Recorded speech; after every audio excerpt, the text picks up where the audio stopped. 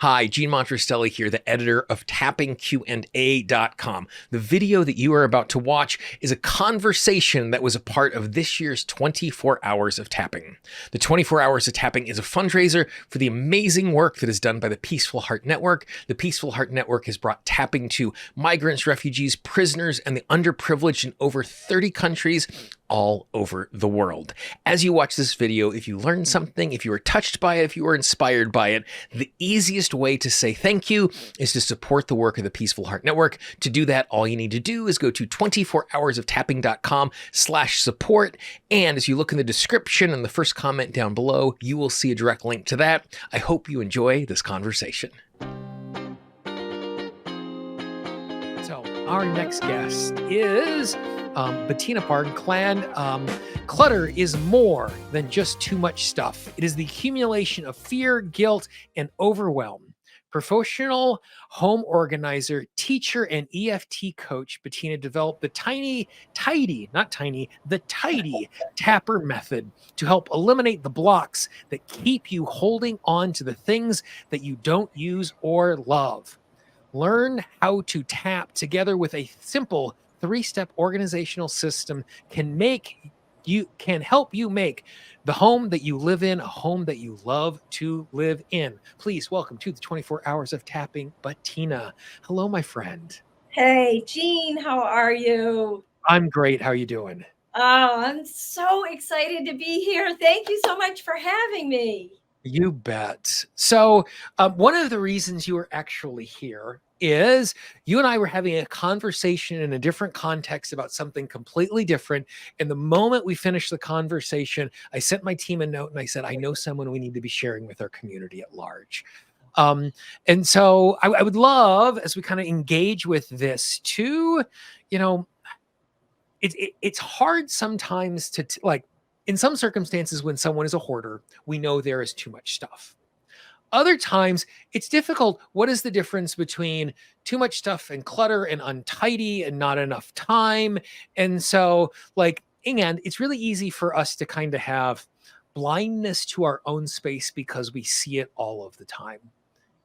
How do we start kind of thinking about, when you think about clutter, what are you thinking about? What does that kind of transformational process or the starting point look like for that? Well, I have two answers to that. So don't Great. let me get to talk about feelings, because that's Great. going to be part two. But Yes. part one is let's define what clutter is. Let's just start with that, right? So if you look it up in the dictionary, it's an untidy collection of things. Okay. Yeah. So there's a little book called Clearing Your Clutter with Feng Shui. Karen Kingston, I believe, is the author's name. And she says it's more than that. And she's right. She said it's too many things in a small space. It's anything unfinished. Anything unfinished. When I read that, I was like, oh, exactly. You didn't complete something and then you moved on because maybe you did enough, right? Right. And she also said it's things you do not use or love. And I say it's things you do not use or love, but you can't let go of. Think about that. I can promise you that everyone listening here has something in their home that they don't use or they don't love, but they can't let go of. And that's sort of what ultimately brought me, well, that was almost a moment, brought me to tapping, because I can help you organize. I have a simple system. It's kind of sort of linear. Yep. You have to do the first thing first. But then there's the second thing, and then there's the third thing. So there's 3 simple steps, okay? And it works beautifully until someone's attachment to something is not logical or rational. They don't use it or love it, but they can't let go of it. So the system, let me just tell you what the system is, because it's really short. It's really quick. First, we sort. So imagine a pile of clutter. We all have little piles of clutter. So you look at that pile and you say, okay, we're going to sort this. And that just answers 3 questions: what stays, what goes, what lives elsewhere. Mm-hmm. Pretty simple, right? And so what stays goes back. Okay. If you're Mm-hmm. sorting into another area, what stays goes back. What goes, you're done with. Easy peasy, and what lives elsewhere belongs to someone else or lives somewhere else, but it just got put down. And when you sort, how simple is that, right? It's 3 little questions. It seems like it should be really easy. It can be really easy for the things that you know where they live and the things that you know you're done with. And what happens when you sort is when you remove those things, you're creating space for the things that you do use and love. But what happens? So that's step 1. Okay. Yep. Then step 2 is once you've sorted, once you're clear on what's going back, then you do what people think of as organizing. You get out the baskets and the label makers and the containers and so I just say you ask 4 questions: who, what, where, and how. Who Mm-hmm. uses it? What is it? How frequently is it used? Is this still the best place for it to live? That uses a different part of your brain. Yeah. That uses our executive functioning, right? But do I need this? Do I let go of this kind of thing? That's back here. That's like, because what happens is when it's not an easy decision, I call it sticky, Mm-hmm. when the stuff is kind of sticky, it's because it's got ties to us. It's not a logical, rational thing. It's emotional. I might need it someday. You can never have too many of these. I paid good money for that. It was a gift. This will be useful someday. It's an heirloom. Like, those are all reasons we hold on to things we don't use or love. And I'm telling you, years, I've been at this a long time. I've been in business over 20 years. And to be honest, I've been doing this since I was a kid. And what I know is when people we want to make our own decisions about stuff. We do not want to be told what to keep and what not to keep. We don't. And so if I try to tell you, oh, Jean, you already have 6 of those, do you really need a 7th? Like, first of all, it's not my place to do that. And second of all, you might. So what I was kept bumping up against was this great system that worked until it didn't. And that was because of our feelings. That was the second thing, right? So our feelings, our emotional attachment to stuff. So when I was introduced to tapping, I thought, wow, wait a minute. Actually, I had signed up for Margaret Lynch's Tapping into Wealth class. Mm-hmm. And I was learning about how to use tapping with money mindset and all that. It was great. And I thought, wait a minute. This could help people organize. This could be kind of the missing tool, the missing link to helping people approach their space. Like, I want people to love where they live. And you would say, like, how do you gauge that? Well, it's like, how do you feel about your space? How do you feel about it? Does it make you happy? Does it welcome you in? Can you do the things in there that you want to do? And if the answer is no, and I almost don't even need to ask that question, because people come to me in droves with, oh, I need you. Oh, this is a problem. Oh. And they feel really bad. They feel really bad. And so I have a question about that. So, like, as you're talking about this sense of feelings and as we're engaging with that, I can, at the macro, recognize I need to do something about this space. Right. But then at the micro, how do I then make the decision about this lovely silver bookmark that was given to me by a friend? Like that feeling piece, how do we then start to wrestle with that particular piece of it? Because you're right, the system works until it doesn't, and they come to you Right. because it doesn't. But like, again, I can say I have too much stuff, which has nothing to do with the individual pieces. So like, how do we then start to engage with that particular like rub to figure out, is this a healthy, reasonable emotional connection? Because, there are things that I have healthy, relational, emotional connections to, and those I don't. Like, what does that process look like? How do we start sorting for that? So what I generally, where I start with people is I tell them about the 3 steps. Okay. Okay. First you sort, then when you've sorted, you put a system in place. Yep. And then the third step is simplify. I call it sort, organize, simplify. Simplify is kind of living the easy and tidy life. So Mhm. that's the track that we run on. Okay. And when you can't get started, if you know that that's the track and you understand that's how it works, you ask these questions, you do these things. But when you run into a roadblock, it's like, well, what's the roadblock? Some people can't even get started. So some people, they're so overwhelmed, they can't even imagine it. I'm so overwhelmed. Where did all this stuff come from? So instead of saying to somebody, oh, just start here, just start small, because I tell people that all the time.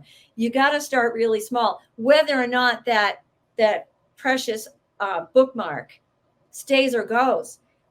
So what I'm doing is putting you back in charge of your stuff, or I'm showing you a tool that will help you do that. And so So then, yeah, yeah. And the thing I find interesting inside of that, starting small, like what you've just described, is starting small is giving voice to my emotional response to my circumstance.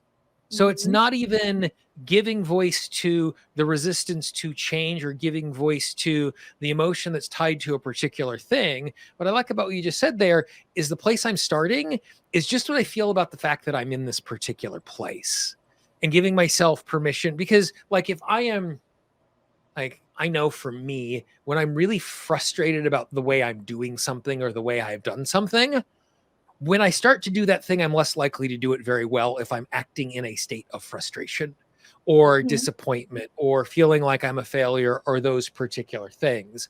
And so I love what you're saying there is, like, the first thing I do is I acknowledge this is how I feel about my circumstance. And after acknowledging and tapping on how I feel about my circumstance, that may or may not create space for the next small thing, which could be an individual item, a small pile, a type of thing that's going on in the space. But it's a really, really great doorway for us to be walking through. In everybody's situation, like everybody's motivation is different. So like people Mhm. come to me, lots of people I work with are moving. Yeah. Ah, lots of people are having to like, and a fair number of them are downsizing. Yep. Fair number of them are downsizing. So okay, we're moving into smaller quarters. So what did we say? One of the definitions of clutter is too many things in a small space. So sometimes people say to me, "Oh, I love all my stuff. I don't want to get rid of anything. I just can't move." Mhm. And that's just okay. How do you feel about that? Well, I'm Yep. overwhelmed, or well, I'm frustrated, and that's what I love about tapping is it gives it an emotional response to an emotional problem. It doesn't try to fit an emotional problem into a logical path. So like Yeah. when people are moving and they're like, but sometimes it's on the macro level of I'm going to leave this home that I loved, Right. you know and I mean, we can tap on any of that. And that's what I love is I can kind of meet people where they are.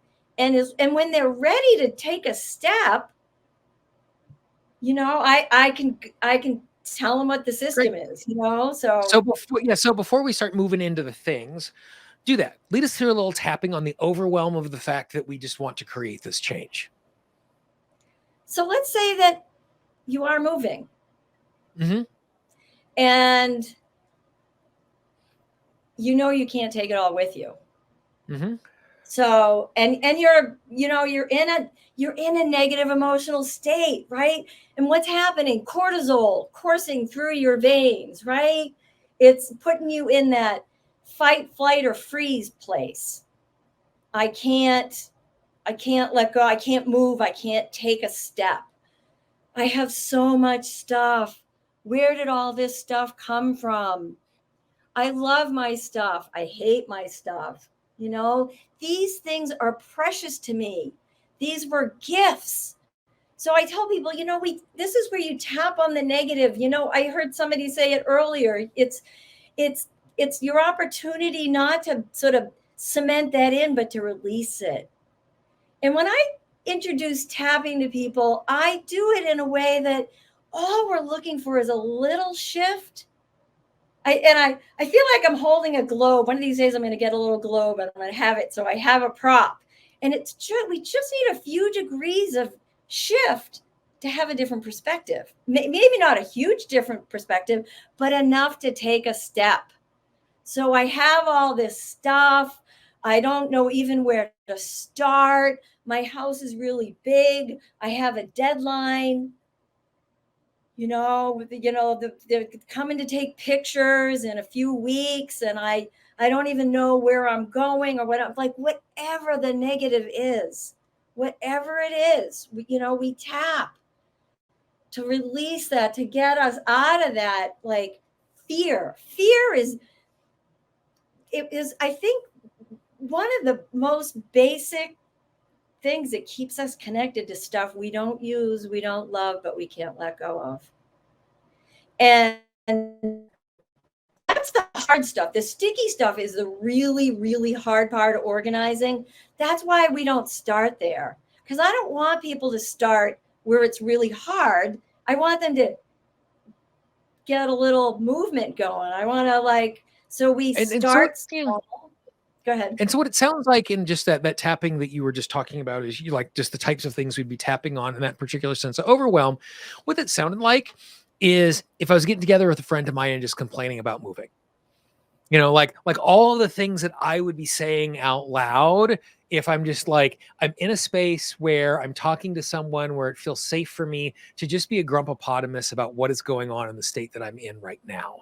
Right. And just like giving myself permission to tune into that in that particular way. And that's the first part of it, right? And then the second part is once you've kind of calmed that down, even just a little bit, So who was it earlier said, I loved that. First we wash and then we rinse. That was Ulf and Ganila talking about doing 2 rounds of TTT. Yeah. Yep. And so to circle, so I love to use people's own words. I can certainly imagine because I've heard it a lot, but so we tap on the negative and we tap on the negative and we tap, and then I'll say, okay, are you ready for the maybe round? Because maybe I can take a small step. Maybe I can start with this small pile. Maybe I can make up a box. Maybe I can pick a room to start in, because I've got the roadmap for them, right? But they're just deer in the headlights. They're just totally frozen and can't make a decision. And so let's start with the easy stuff. Let's start with maybe if somebody's got a whole house to do, we'll start with a room, or we'll start with a corner of a room. And I'll say, okay, let's start with the low-hanging fruit. And that's the easy stuff. You know what it is, or you're done with it. So it's the trash, the recycling, the dirty dishes, the laundry. Keep your area small so that you can take action.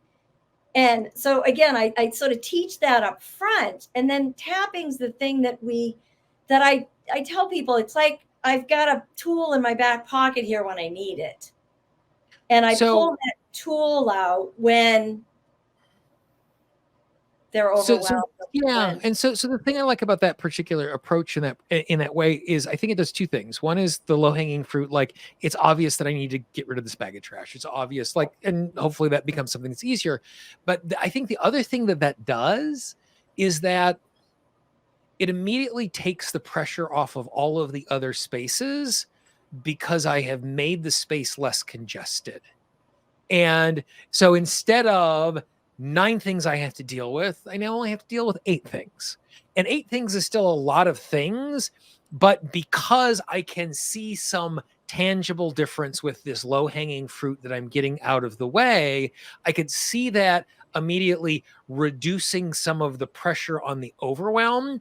Because like for me, like my emotional experience of overwhelm is I don't have the time or energy or resource to do the thing that's happening. Therefore, my subconscious mind goes, why are we going to start something we're not going to finish? Deuces, I'm out of here. I'm not even going to think about it. And so if I'm taking away the low hanging fruit, the problem all of a sudden becomes a little smaller.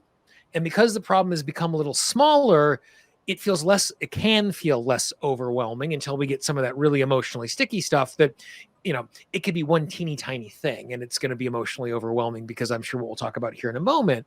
But like just creating a little space by making it less overwhelming makes, I think, the next action an easier one for us to take. Absolutely, because it's overlooked. The easy stuff is overlooked. So what I see a lot is when people are like frozen in overwhelm, Yeah. they've bitten off, as my mother would say, bitten off more than you can chew, right? So we gotta chunk it down. So we do that in a variety of ways, Yep. and then we start with the easy stuff, but the the the easy stuff gets mixed in with the hard stuff, because what my friends and my colleagues and my people who are overwhelmed are, they see the hard stuff. They're Mhm. looking at that. Wait, I have a collection of this, or what am I going to do with all that? Right. They are focused on the hard, and I'm like, there's time to get to the hard. We start with the easy, because so often the easy is right there. You just don't see it. So you start small, you start with the easy. What that does is two things: it gets us taking action, Mhm. and it creates space. Yeah. It gets us taking action, it creates space. And I tell people that tapping is the action that you can take when you don't think you can take any action. Like when Yeah. you're so like frozen in overwhelm or, fear, people hold on to things that make them really sad, because they're afraid to let go. They're afraid they're going to forget the memory or the person, or that they're going to hurt somebody's feelings, or they're going to be wasteful, and those are all connected to those sticky things. But most people, when they think of organizing, two things. One is they immediately think container store, um, baskets and closet Right. systems. Yep. And the other thing is they think about that hard stuff, and they're like, but how can I even begin? And it's like, we're going to take small steps. And guess what? The magic is those small steps add up. And I could also see, like, as you're just saying, like tuning into the stuff, oftentimes, we talk about a SUD scale, 0 to 10, how big is it? And when I have a client crying in front of me, I don't go 0 to 10, how sad are you? Like they're fully tuned in. We don't need to give a number to that particular thing. And in a circumstance like this, in our live space, when I'm faced with this, because it is something that I am lived in, I feel it immediately. I can see that small stave even being the thing of just like being in the space and just looking around. And I don't even have to start giving it voice, because like the people you're talking about, like I've either consciously decided I need to declutter, or I'm recognizing, like you're talking about, I have to move. I don't have to remind myself that I need to declutter. Like there is a part of me consciously, subconsciously, emotionally, intellectually that's engaged with that particular thing. And simply being in the space and tapping gives me the opportunity to start chipping away at that particular thing. So I'm not caught up with the overwhelm, like you said, or caught up with the really sticky things. And all of a sudden it's like, oh, I'm walking out the door. I'll take this thing when I go with me. Right. Yeah. And, a lot of times it's really like those are kind of somebody's moving. I have a whole group of people that we meet weekly. And the reason we meet weekly, we call it the Tidy Tapper Club.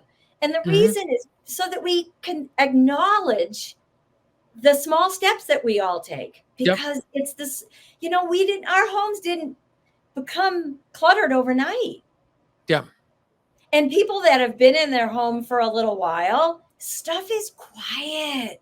Have you noticed that?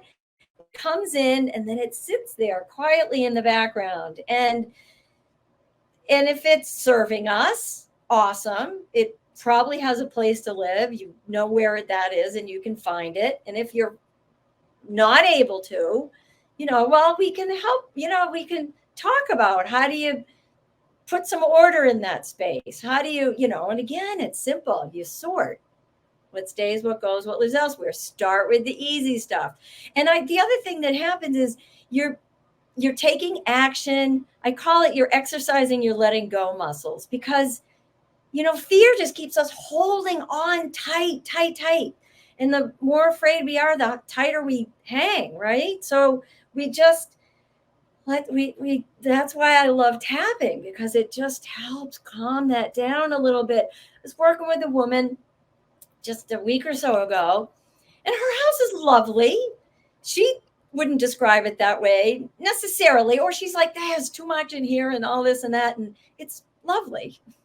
I told her that. But to her, she knows what's in the corner. She knows what room she uses and doesn't use because of all that. And so we were doing some tapping. And one of the things that she had was this collection. Her grandmother was the first woman lawyer in the state of Maine. And they had all kinds of archival heirloom documents and really cool stuff. And she felt burdened by that. Like, she felt the responsibility of trying to do the right thing, but it was at her house. She has siblings. Like, it was complicated. And I can't, I'm not in the position of telling people what to do with that. But if I could, and I said to her, have you ever heard of tapping? Have you ever heard of EFT? She had never heard of it. A week later, she said to me, I looked that up, and we start tapping, and she's all of a sudden she realizes that she has siblings, and she could ask the sibling, maybe some of them want some of this. And that would, because that's part of the thing about our relationship with stuff is we care where it goes.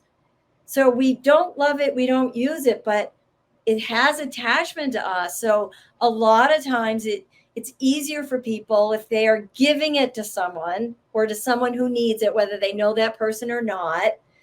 And so but we don't come to the situation with all of that knowledge and thought. So yeah, we come thinking, what am I going to do with all this stuff?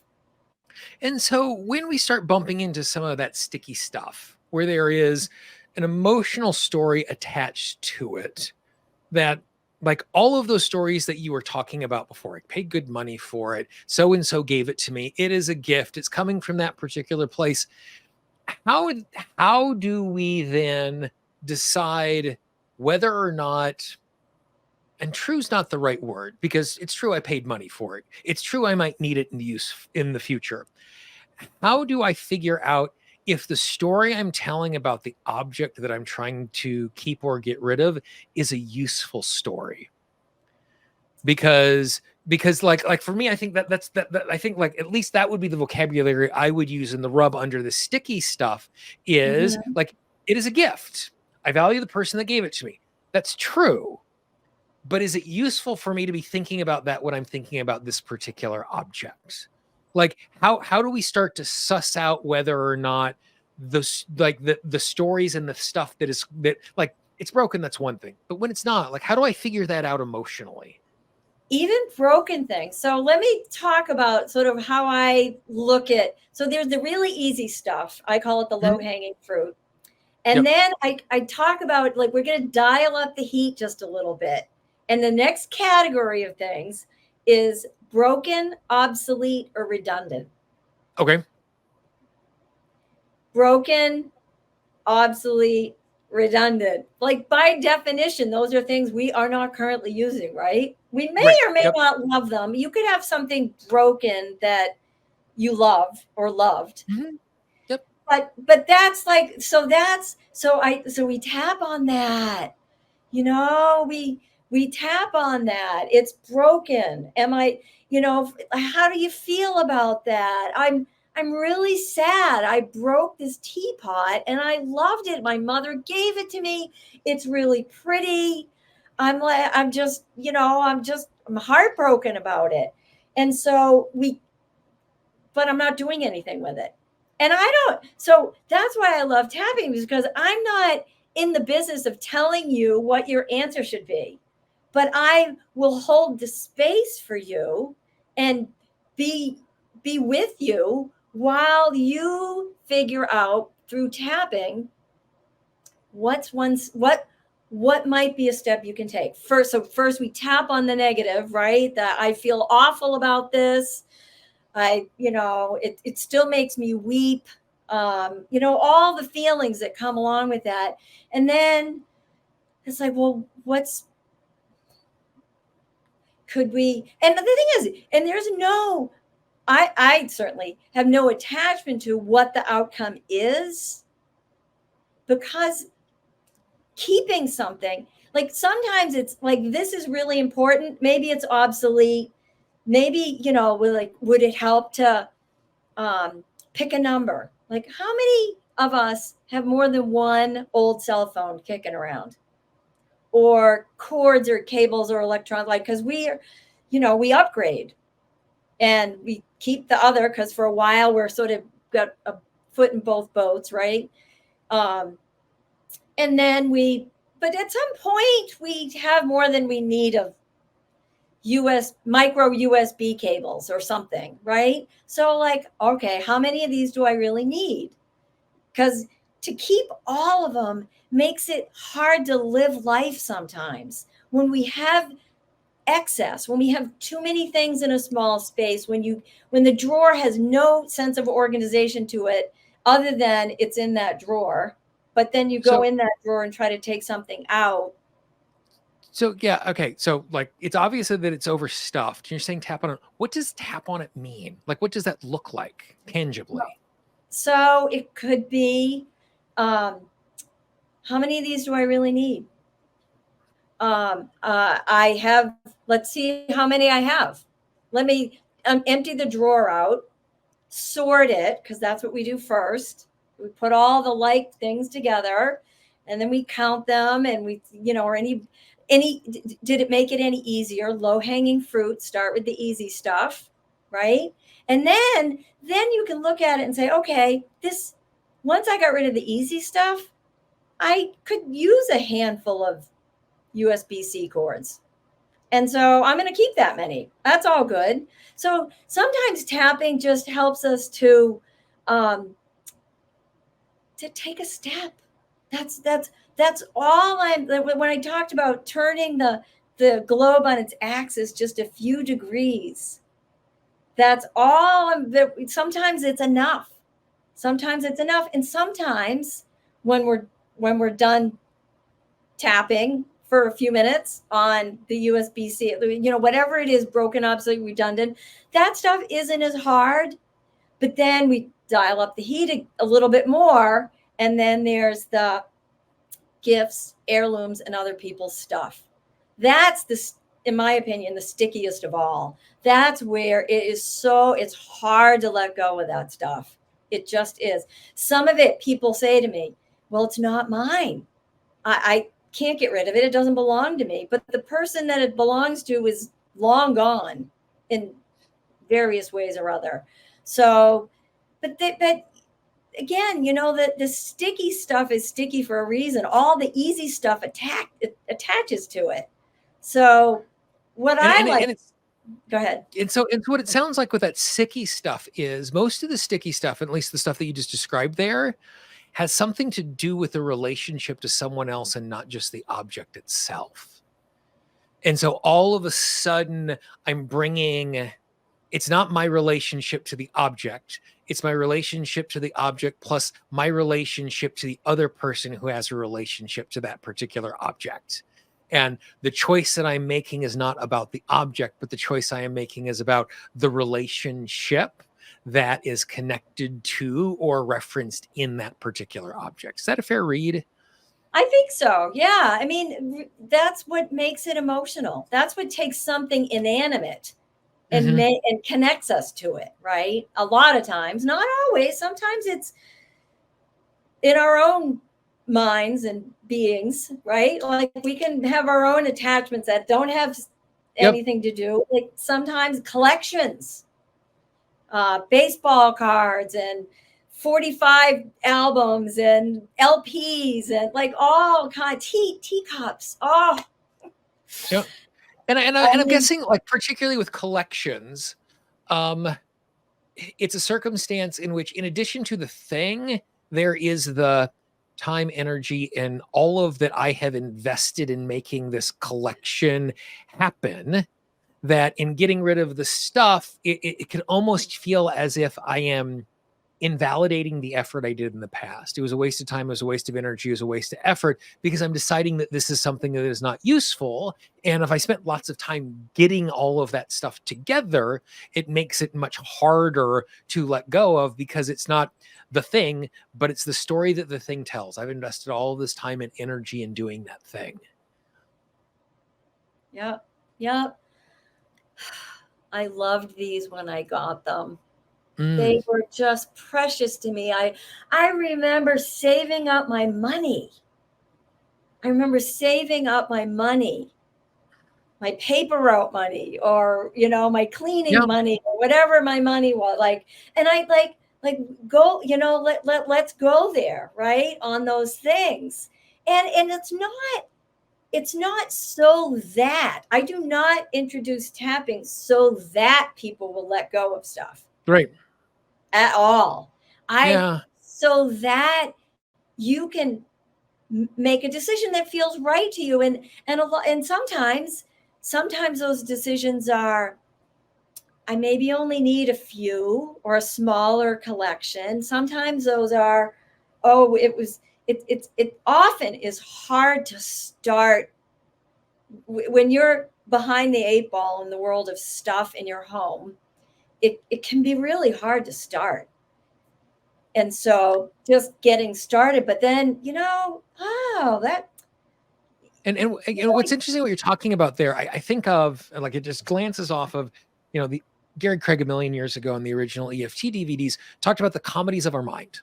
And these ideas that live in our subconscious mind, that when we drag them into the light of day, we recognize that they're farcical.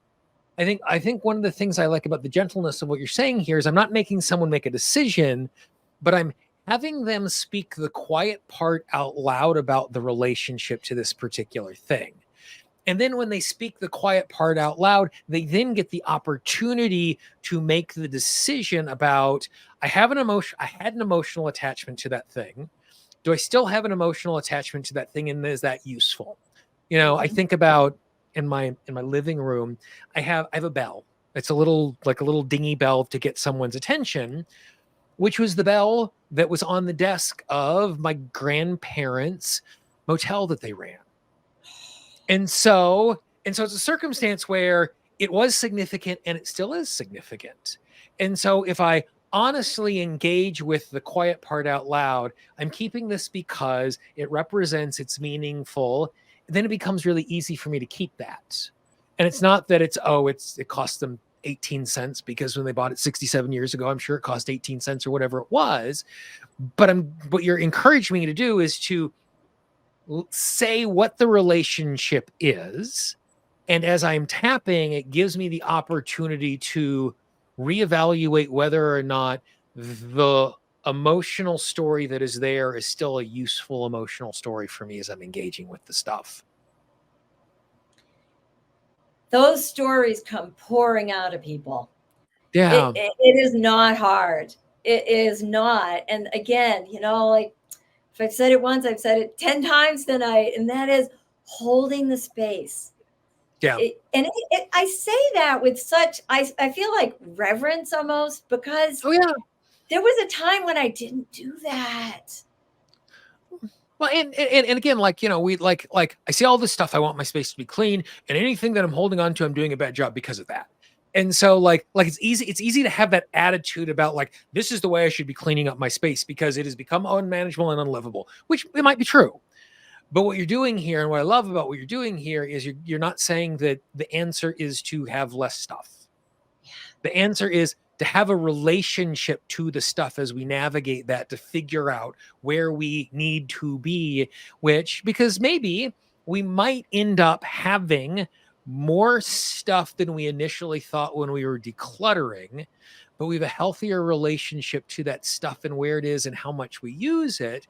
So I'm not overwhelmed by my space because it's a space I love, because it's filled with things that I love, honestly and genuinely in this moment, and not a story that I am carrying with me.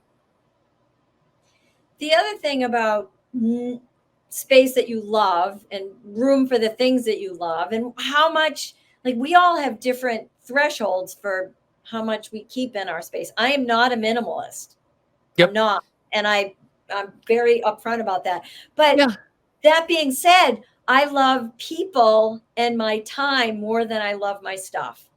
And I know the relationship between, you want more time, keep less stuff. For real. That's not, but it kind of, Gina, gets back to, what are people's goals? Like, why are we having a conversation? Like, why have they sought me out? Like, what can I do to help them? And how can I help them get there? And the thing about the third step of my system. So first we sort, then we do the fun part. Then we do we're going to it's like putting a puzzle together or something like that, where you get to, think about, I say who, what, where, and how, and then keep like items together and label everything. Those are tried and true organizing strategies that work great when you have stuff that you use and love.